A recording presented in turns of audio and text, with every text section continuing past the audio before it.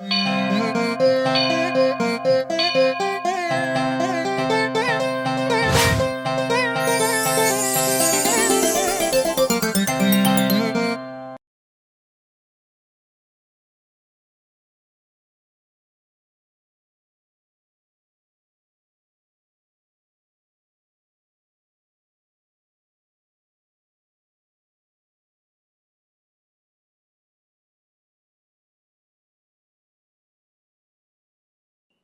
దేహాన్ని ధరించడం దేనికండి? దేహాన్ని ధరించడం అంటే అది క్రీడ అని చెప్పారు.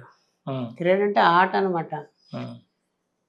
మీరు రాత్రి నిద్రపోతున్నారు గదా! నిద్రపోయిన తర్వాత మీకు తెలియకుండానే ఏదో కలొస్తుంది. హ్మ్. రాత్రి నిద్రపోయారు, హాయిగా ఒక కలొచ్చింది. కలలో ఎక్కడికో వెళ్ళినట్టు, ఎవరితోటో మాట్లాడినట్లు ఇదంతా ఉంది గదా! హ్మ్. నిజమే అనిపిస్తుంది గదా! దేనికంటే సమాధానం ఏం చెప్తారు? ఊరికే. ఇది గూడా అంతే. హ్మ్. దానికి సమాధానం ఏం లేదు. ఊరికే వచ్చిందంతే. కల మీకెందుకొచ్చింది రాత్రి? హ్మ్. ఇదే అలాగొచ్చింది. కళ అంటే మనం దైనందిన జీవితంలో ఉన్నటువంటి ఆలోచనల సమాహారం, లేదా మనం చూసినటువంటి దృశ్యమాలికలు ఇవన్నిటి సమాహారంగా కళ వస్తుంది ఆ! మనకి. కాబట్టి ఆలోచనల సమాహారం ఏదైతే కలగా వచ్చిందో హ్మ్. నిద్రపోయిన తర్వాత, మీ ఆలోచనలే మీరుగా సత్యంగా సత్యం ప్రపంచంగా ప్రకటనవుతుంది. హ్మ్. మీరు మీ ఆలోచన. మీరుంటే మీ ఆలోచన ఉంటుంది. హ్మ్. మీ ఆలోచన 2 రకాలుగా ఉంది. హ్మ్. కొంత ప్రపంచంగా ఉంది. కొంత తలంపుగా ఉంది. హ్మ్. తలంపుగా ఉంటే మీకు మాత్రమే తెలుస్తుంది. మాకు తెలీదు. హ్మ్. కానీ మీ ఆలోచన మీకు తెలిస్తేగా. హ్మ్. మీరు ప్లస్ మీ ఆలోచన 2 ఉన్నాయి. హ్మ్. మీ ఆలోచనలు 2 రకాలుగా ఉన్నాయి. కొంత ప్రపంచంగా ఉంది. కొంత హ్మ్. గుప్తంగా మీ యందు ఉంది. మీ యందున్న ఆలోచన ప్రకటనైతే కదా ప్రపంచంగా వచ్చింది. ఆ! కాబట్టి మీ ప్రకటన రూపమే ఆలోచనల యొక్క ప్రకటనే కదా ప్రపంచం అంటే. హ్మ్. ఆలోచన ప్రకటనగా లేనప్పుడు ఆలోచనగా ఉంది. మరి ఆలోచన ఉండాలంటే ఆలోచించేవాడు ఉండాలి గదా! హ్మ్. నే నా ఆలోచన అంటున్నారు గదా! హ్మ్. మరి ఆ నేనెవరు? కాబట్టి ఇది కాదనే గదా! మీ ఆలోచనలే ప్రపంచము. హ్మ్. ఆలోచన లేకపోతే ప్రపంచం ఉండదు. ఆలోచనలే ప్రపంచంగా ఉంది. ఆలోచనలు నిజం చేసుకున్నారు. హ్మ్. సత్యం నిజమైపోతాడు. హ్మ్. ఆలోచనలు కార్యరూపంలో పెట్టుకుంటున్నారు. హ్మ్. స్టూడియో పెట్టాలనుకున్నారు హ్మ్. పెట్టారు. కుర్చీలు కొనాలనుకున్నారు కొన్నారు. హ్మ్.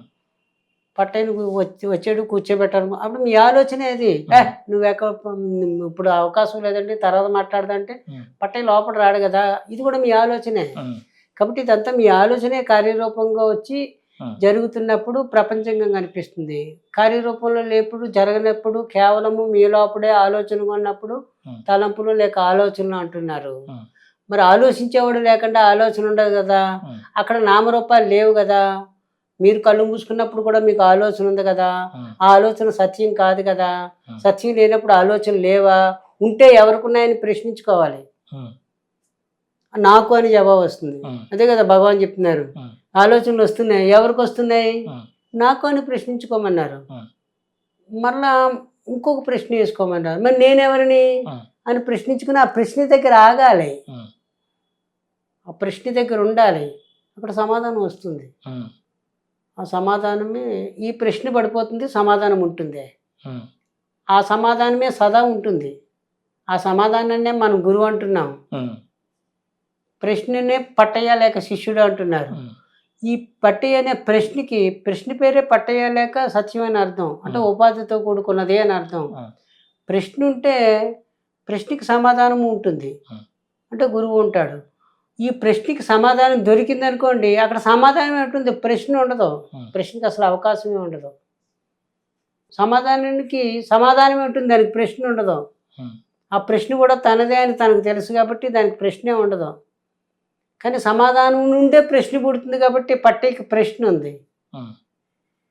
కాబట్టి మీ ప్రశ్నకి సమాధానం దొరికిందనుకోండి సమాధానం అయిపోతారని కాబట్టి. సమాధానం అయిపోవాలంటే హ్మ్. ముందు ఈ ప్రశ్నలు ఎవరికొస్తున్నాయి? లేక ఈ సందేహాలు ఎవరికొస్తున్నాయి? హ్మ్. లేక ఈ తలంపులు ఎవరికొస్తున్నాయి అని ప్రశ్నించుకోవాలి. అదొక ఉపాయం. ఇప్పుడు మూల చైతన్యం అంటాం గదండీ! ఆ! అదొక్కటిగేనా? అవును. రకరకాలుగా ఉన్నదా? ఒకటే ఉంది. అందరిలోనూ చైతన్యం ఉన్నదండి? చైతన్యంలోనే మనందరం ఉన్నాం. హ్మ్. ఒకే చైతన్యం. చైతన్యం అనేది ఆకాశం లాంటిది. ఇప్పుడు హ్మ్. ఆకాశం ఎన్ని ఆకాశాలుంటాయి సృష్టిలో? హ్మ్. ఒకటేనా? చైతన్యం కూడా అంతే. హ్మ్.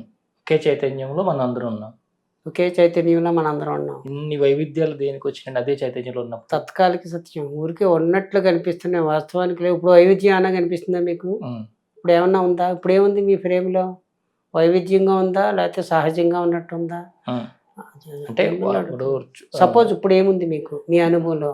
ఇప్పుడు రకరకాల ఇప్పుడు నేను ఒకలా ఉన్నా, మీరు ఒకలా ఉన్నారు, ఇంకొకరు ఒకలా ఉన్నారు, ఇట్లా అనుకుంటారు కదా. నా ఆలోచనలు వేరేలా ఉన్నాయి, మీ ఆలోచనలు వేరేలా ఉన్నాయి. నా నా ఆలోచన అనేది నా దగ్గర నుంచి వస్తుంది, నేను అనే దాంట్లో నుంచి వస్తుంది. అవును అయి నేను అనేది మీకు నాకు అందరికి ఒకేలా ఉన్నప్పుడు అవును. నా ఆలోచనలు వేరే, మీ ఆలోచనలు వేరే. నేనుగా ఒకటిగానే ఉన్నారా, ఆలోచనలుగా అనేకంగా కనిపిస్తున్నాయి. అది ఆలోచనలు మాత్రమే మీరే చెప్తున్నారు కదా. కాబట్టి ఆలోచనలే అవి. ఆలోచనలు ఎలాగైనా ఉండొచ్చు, కోటి రకాలు ఉండొచ్చు. ఓకే నేను కానీ కోటి ఇన్ని రకాల రకాలకి ఆలోచనలు. ఏ కేంద్రం అయితే ఉన్నదో ఆ కేంద్రం నేను. ఉమ్. ఆ నేను అనేది ఒకటిగానే ఉంది. ఆ కేంద్రాన్ని బేస్ చేసుకుని ఆలోచన వస్తుంది. ఆలోచనలు పలు విధములుగా ఉండొచ్చు. ఓకే నేను ఇన్ని ఆలోచనలు చేస్తుందండి. అసలు ఆలోచనే చేయడం లేదు. నేను నుండి తత్కాలంలో పుడుతుంది ఆలోచన అనేది. ఉమ్. అసలు అది ఆలోచనే చేయలేదు. నేనుగానే ఉంది. ఉమ్. అది చేసిన ఆలోచన ఒకే ఒక ఆలోచన. మూల చైతన్యం అన్నారు చూసారా? ఉమ్. ఆ మూల చైతన్యం చేసిన ఆలోచన ఒకే ఒక ఆలోచన. ఉమ్. ఏంటనుకుంటున్నారు? ఉమ్. నేను. ఆగిపోయింది అది. ఉమ్. ఆ నేను అనే అనుభవం ఉంది కదా, ఉమ్. మనం అహంస్ఫురణ అంటున్నాం. ఉమ్. అది ఈశ్వరుని ఆలోచన. ఉమ్. ఆ మూల చైతన్యాన్ని మనం ఈశ్వరుడు అనే పదంతో చెప్పుకుంటున్నాం. ఉమ్. ఈశ్వరుని యొక్క మొదటి ఆలోచన ఉమ్. నేను అనే అనుభవం. ఉమ్. మనకి అనుభవంగా ఉన్న నేను పట్టయ్య నేను కాదు, అది స్వయము. ఉమ్. ఈశ్వరుని ఆలోచనే నేను అనే అనుభవం ఉన్నది. ఉమ్. నేను అనే అనుభవం నుండి జారుకున్న తర్వాత ఉమ్. మీరు మీరు మీ వైపు నుంచి చూసుకుంటే సత్యం అనిపిస్తుంది, నాకు నా వైపు చూస్తే పట్టయ్య అనిపిస్తుంది. మరి పట్టయ్య రావడానికి ముందు నేననే అనుభవం కూడా మీకు ఉంది కదా. ఉమ్. నేననే అనుభవము మీదని మీరు అనుకుంటున్నారు, కాదు. అది ఈశ్వరునికి సంబంధించిన తలంపు. అది మూల తలంపు. దాని తలంపు నేను ఆగిపోయింది, ఇంకేమీ అందం. ఉమ్. ఆ నేను అనేది మీకు అనుభవంగా ఉంది. మేల్కొన్న తర్వాత ఆ అనుభవానికి సత్యమనే తలంపు ఏర్పడింది. ఆ సత్యం నుండి సకలము పుట్టింది. ఉమ్. ఈ తలంపులు ఆగిపోయే క్షణం ఇప్పుడు ఉమ్. మీరు గుర్తిస్తే, తలంపని గుర్తిస్తే తలంపే కదా. తలచేవాడే తలంపుగా కూడా ఉంది. తలచేవాడు లేకపోతే తలంపు ఉండదు కదా. ఉమ్. తలిచేవాడు నేనే అని మీరు గుర్తించారనుకోండి, తలంపు కూడా మీదే అవుతుంది. ఉమ్. ఇంకా ఆగిపోయినా ఉన్నా ఒకటే. మీ తలంపే మీరు ఒకటే కదా. నేను నీది నేనే నేనే నేనే అనుకోవడం కూడా ఒక తలంపు కదా. నేను అనే అనుభవం ఉంది కదా. ఉమ్. నేను అనుకోవడం అనేది సత్యానికి సంబంధించింది. ఉమ్. నేనే అనుభవం అనేది ఈశ్వరునికి సంబంధించిన తలంపని కదా చెప్పుకున్నాం. ఉమ్. అది అనుకోవడం కాదు, ఉండడము. ఉమ్. ఇది అనుకోవడము. ఉమ్.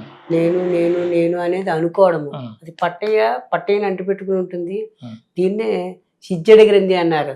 ఉమ్. చిత్ అంటే మూలమైనది, జడం అంటే పట్టయ్య. ఈ రెండింటిని కలిపి ఉమ్. నేనంటే పట్టయ్య అంటుంది కదా. ఉమ్. నేనే పట్టయ్య. నేను అనదో అనుకోదో అవసరం కానీ అవకాశం కాదు లేదు. అసలు మూల చైతన్యం అంటున్నాడు కదా. ఉమ్. ఆ మూల చైతన్యకి తాను నేను అని అనుకోవాల్సిన అవసరం లేదు, అవకాశం లేదు. ఉమ్. ఇది జడమైంది ఉంది కదా. జడమైంది నేను అని అనదు కదా, శవం కదా. ఉమ్. కాబట్టి ఇది అందం. అది అనుకోవాల్సిన అవసరం లేదు. మధ్యలో ఆ చైతన్యాన్ని ఈ జడమైన దేహాన్ని కలిపి నేను అని ముడిపెట్టి నేనంటే పట్టయ్య, నేనంటే సత్యము, నేనంటే పలానా అని చెప్పేది ఏదైతే ముడివేసి ఉమ్. దానికి సిద్ధడి గ్రంథి, అహంకారము ఇత్యాది పేర్లు ఎన్నో ఉన్నాయి. ఉమ్. అది ఉన్నది నలుబదిలో భగవాన్ బాగా చెప్పారు, అద్భుతంగా చెప్పారు. ఉమ్. ఆ ఒక్కటి చదివితే చాలు. మన గురువుగారు ఎప్పుడైనా ఉదాహరించవలసి ఉంటే ఉన్నది నలుబదిలో భగవాన్ ఎలా చెప్పారు కదా అంటుంటారు. దేంట్లోనండి? ఉన్నది నలుబది, భగవాన్ ఉన్నది ఉన్నది నలుబది. నలుబది, ఉమ్. రమణ హృదయం అంటారు. ఉమ్. మన గురుగారు ఎప్పుడైనా ఉదాహరిస్తే ఉన్నది నలుబదిలో భగవాన్ ఎలా చెప్పారు కదా అంటుంటారు. ఉమ్. అంత అద్భుతంగా చెప్పారు. ఉన్నది నలుబది ఒకటి అర్థమైతే ఇంకేం అవసరం లేదు మనకి.